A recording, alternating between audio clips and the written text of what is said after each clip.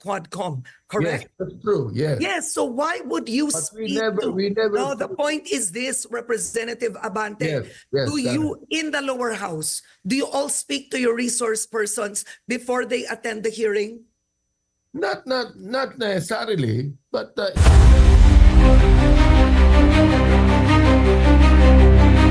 So let's go straight to the point. Did you and Representative Dan Fernandez instruct Police Colonel Hector Grijaldo to confirm the reward system in Davao, in effect asking him to lie? I already made a statement that there is no truth to the accusations of Kenneth Grijaldo, that I forced anyone or we forced anyone to sign any affidavit in exchange to favors or the possibility of promotions. And that is what I said in the media, Karen. All right, but this is the point, I do not know why- Representative Abante. Wait, do I not won't know let why- that go. I won't let that go just yet. What is Yeah. your business and Dan Fernandez's business speaking to a resource person? Why would you do that?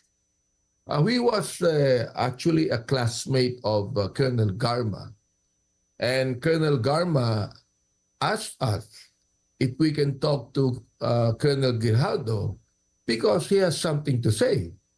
So, you know, na gano'n naman kami, okay, we talked to him. But what you did was wrong. That immediately put color and bias into the resource persons. What is the business of two representatives speaking to a police colonel who is meant to be under oath, give his testimony? You should not have spoken with him. No, he was not out under oath in the Senate, yes. But when we talked to him, we were talking to him in response to what Colonel Garma said. No, but in the end, he was going to speak in the Quadcom. They are under oath in the Quadcom, correct? Yes, that's true, yes. Yes, so why would you But speak we never. No, the point is this, Representative Abante. Yes, yes, Do you, in the lower house, do you all speak to your resource persons before they attend the hearing? Not necessarily, but in a way in Is which that the practice in the lower house? Karen, I Is feel it the practice I feel in the lower I'm still house that you talking. speak?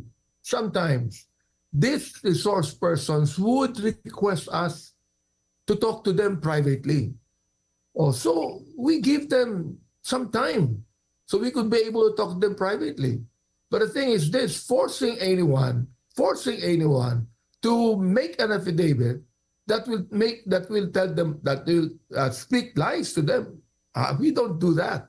You see? Okay, but he did not say you forced him to make an affidavit. This was his testimony in the Senate. Number one, he said first that Congressman Dan Fernandez put the paper he was holding in the table at sinabi, yung paragraph na yun, no, yun ang affidavit ni Colonel Garma. Sinabi niya, ikumpirma mo na alam mo ang reward system.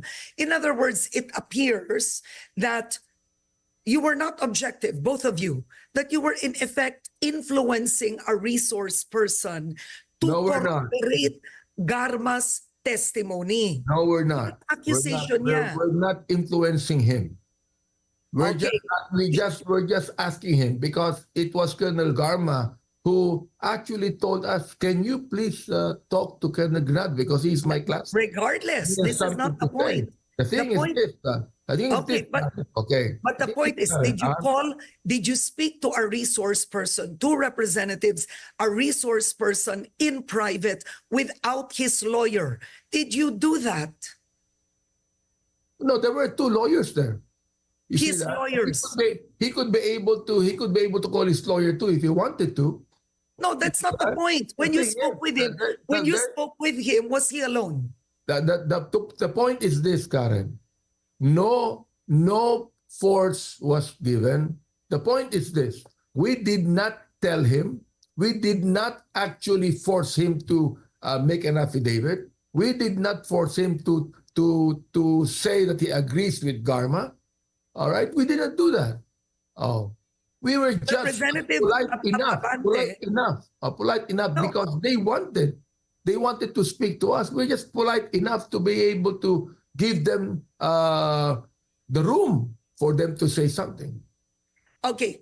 Another testimony he said in the Senate during that conversation, tinanong mo pa, o ilang taon ka na lang sa serbisyo, baka pwede ka bang general?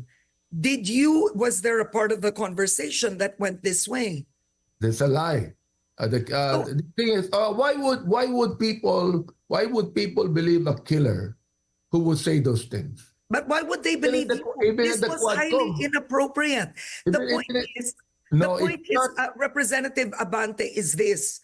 You and Representative Dan Fernandez put the results of the Quadcom in a compromising situation. It affected the credibility by speaking to a resource person privately.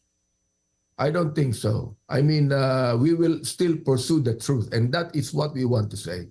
We want to pursue the truth on these things, and I don't think that people would just believe a killer telling lies in the Senate committee. Well, don't believe that the previous government used killers to testify against former Senator Laila de Lima. That was believed. We're not talking about the previous committee hearings. We're talking about the hearing now. Okay, so my question is this. My question, no, Representative, if you're saying why believe the statements of a killer instead of yourself, why even use him as a resource person? If that's your argument, you said he's a killer, he shouldn't be believed. So why believe him in the Quad Committee hearing? We would like to find out the truth. Why is it that Colonel Garma changed their statement? Why is it that Colonel Leonardo said that there is still a reward system? I mean, we would like to ferret out the truth. Okay. Now I just said, okay, why would anyone believe a killer? But in our Quadcom meeting, we invite everyone. We invite all the witnesses that would tell us the truth on this. Now, if they will not tell the truth, they will still lie. It's up to them. We are here to investigate. We are not here to lie. At the end of the day, Representative Abante, why should the people believe now that what he told in the Quadcom hearing is true, that he knew of the reward system, and in the Senate, he would lie by saying that he was asked to confirm it That and is already, corroborate it? Karen, that is already expected. I mean, we know for a fact that anyone that would go to the Senate would perhaps change their statement. That is already expected, Karen. But why would he do that? What's in it for him? He's a police colonel. He doesn't want a promotion. If he wanted a promotion, possibly, he would have stuck with the story that he knew of the reward system, given the political environment today. But yet he goes to the Senate and risks actually by saying they asked me to lie. I don't know, but perhaps he's there to protect the president. Perhaps he's there to just agree with the president, with the former president. You see, we really do not know. We do not know what is in the mind of any person. We expect that to happen, you see. Okay, so you've denied it, so it becomes he said, she said. In this case, he said. But at the end of the day, looking at your actions and Representative Dan Fernandez's actions, have you learned a lesson not to speak with resource persons before a hearing? Perhaps, Karen. Perhaps in that way, we were taught a lesson. Sa amin lang, we're just giving them room. Okay? Walang anumang coercion dito. Walang anumang promise of promotion dito. We cannot even promise promotion. Who are we anyway?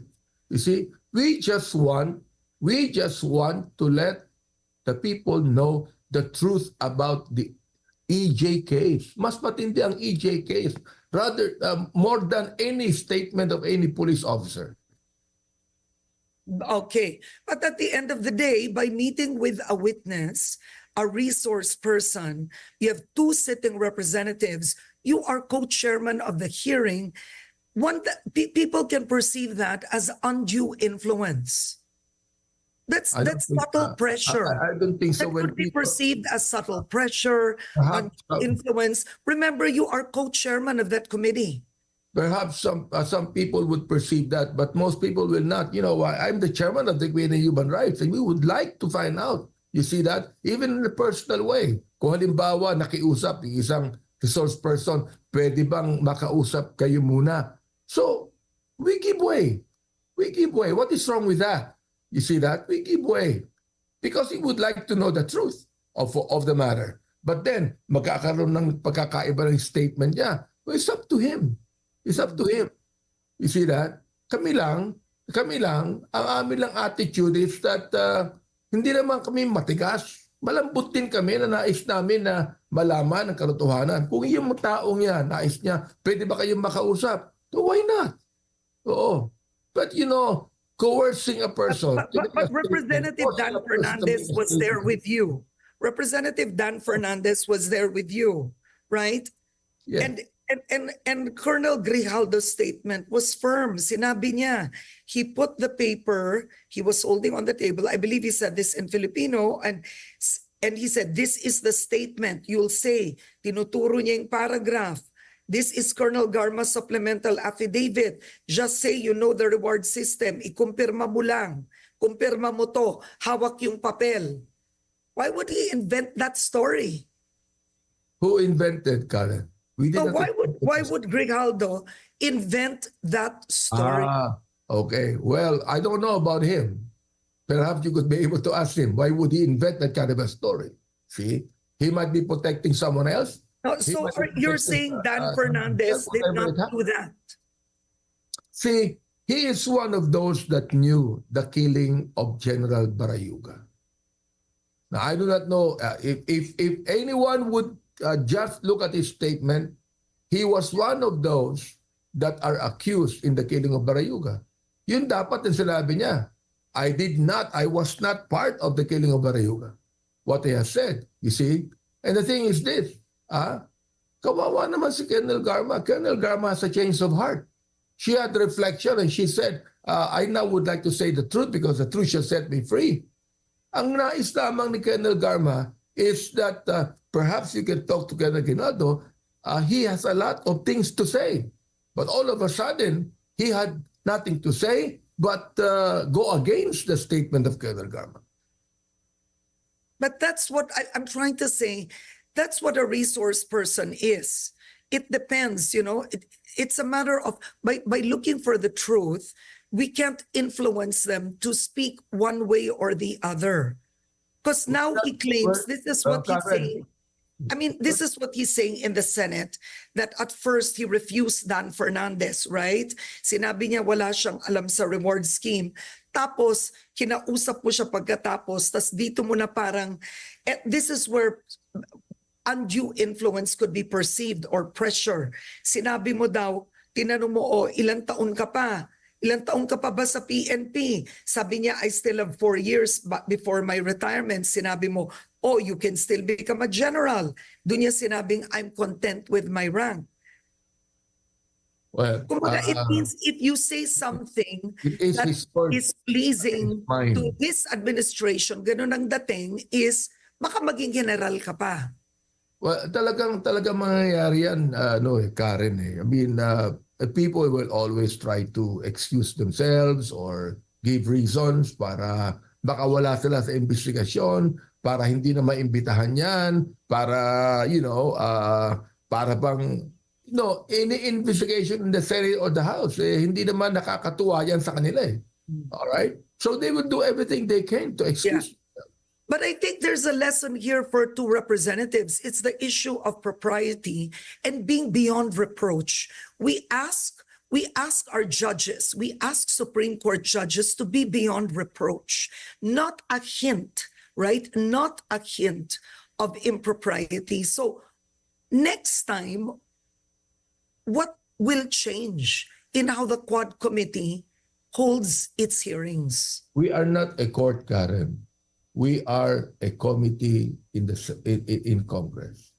And we are just there to investigate and to ferret out the truth so we could be able to craft more laws to prevent those things happening again. You see? So we're not the court. Yeah, you're not the court, but We're not there to prosecute. investigators are also expected to be Yes, beyond but we're not there bias to or prosecute. interest. We're not there to prosecute. It is up to the DOJ or the NBI to prosecute whatever they might say. You see that? I mean, ano magagawa namin kung magsisinungaling yan? No, but you don't know Wala tayong anymore. magagawa. The problem now is the public doesn't know saan siya nagsinungaling. Sa inyo or sa Senate. Technically, he recanted his testimony in the Quadcom. That's what he did. He Correct. recanted his testimony in the Quadcom by saying that in the Senate. That would be true. The thing is this, Karen, no? Nakikita namin kahit sa Quadcom, under oath na yung mga witnesses, nagsisinungaling pa eh. Under oath na nagsisinungaling pa sila eh. Alright, nakikita po namin yan. O meron kayong mga ebidensya. But they still lie. Oo. Bakit? Because they know it's not the court. Oh, they can say anything they want to say. Oo. It might even be, for example, like perjurious or what it is, but they still lie. So anong gagawin namin doon? But we are still here. We are still counting that one day, these people like Colonel Garma will have a Well, you change can of heart. file for That's the- perjury if they lie. You can file for contempt if they lie. We can contempt They us, are under oath. and that's the reason why we contempt them. Okay, but the issue at the end is this. You will deny it. He insists on it. Dan Fernandez has denied it. But in the end, how will you proceed with future hearings of the Quadcom? We will still proceed, Karen, whatever happened. You know, we know that in a way, mangyayari itong mga bagay na ito. But will you now not talk to resource persons It will not before stop. the hearing? Perhaps, Karen, perhaps we have learned something here that we must do. Never talk to a resource person in private. You see that? Perhaps that is what we must do. You see? Oo. We're learning the ropes, Karen. I mean, we're not perfect people. You know, we can do some mistakes sometimes, but the thing is this. Nakita namin, hindi pala maganda yung pagbigyan mo yung tao na gusto makiusap, nakausapin kami. Sabihin na lang namin, okay, humarap ka na lang doon sa Quadcom hearing. Sabihin mo na lang gusto mong sabihin doon. Alright? So, perhaps in that way, Karen, you're right. All right. On that note, sir, thank you so much for joining me today. We'll be watching the Quadcom hearings. Mag-ingat kayo, sir. Thank you. Thank you, Karen. Thank you very much.